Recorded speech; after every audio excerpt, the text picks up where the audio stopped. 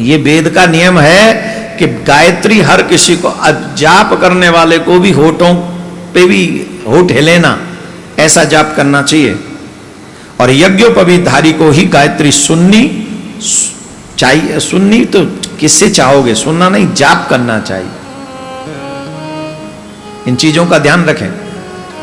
अपने बच्चों को कुछ श्लोक गीता के, कुछ श्लोक भागवत के, कुछ श्लोक शिव पुराण के और रामायण की चौपाइयां, हनुमान चालीसा की चौपाइयां आपके बच्चों को आप सिखाओ, जिससे वो नित्य पाठ करे। भागवत में भी आता है एक श्लोक भी, जो व्यक्ति, भागवत में भी यही अर्थ है और शिव पुराण में भी यही अर्थ है, सेम टू सेम ये अर्थ है कि शिव पुराण का एक भी श्लोक व्यक्ति अगर नित्य पाठ करता हो श्रद्धा से, वो कितना भी बड़ा पापी हो, उसे शिवलोक की प्राप्ति हो जाती है।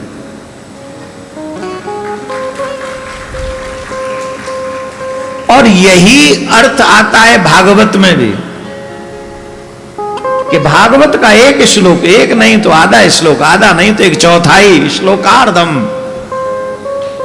आधा ही सही, एक चरण ही सही।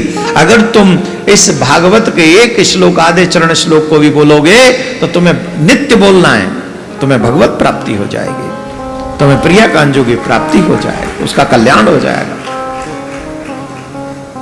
तो ये सब चीजें खुद भी सीखो और अपने बच्चों को भी सिखाओ, क्योंकि उनका कल्याण भी जरूरी है। चाहे वो कितने भी पापी हों, पर फिर भी उनके मुंह से कुछ न कुछ बुलवाया करो, क्या पता बोल बोल के ही पाप कम हो जाए। अब पाप तो कम करने ही पड़ेंगे, बिना कम करे तो उनका कल्याण होगा नहीं। इसलिए खुद भी सीखो और बच्चों को भी सिखाओ, आने वाली पीढ़ी को भी सिखाओ।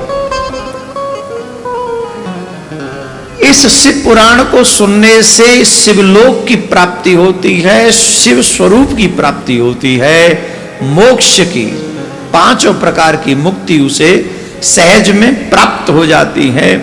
ऐसा संवाद कहां प्रारंभ हुआ?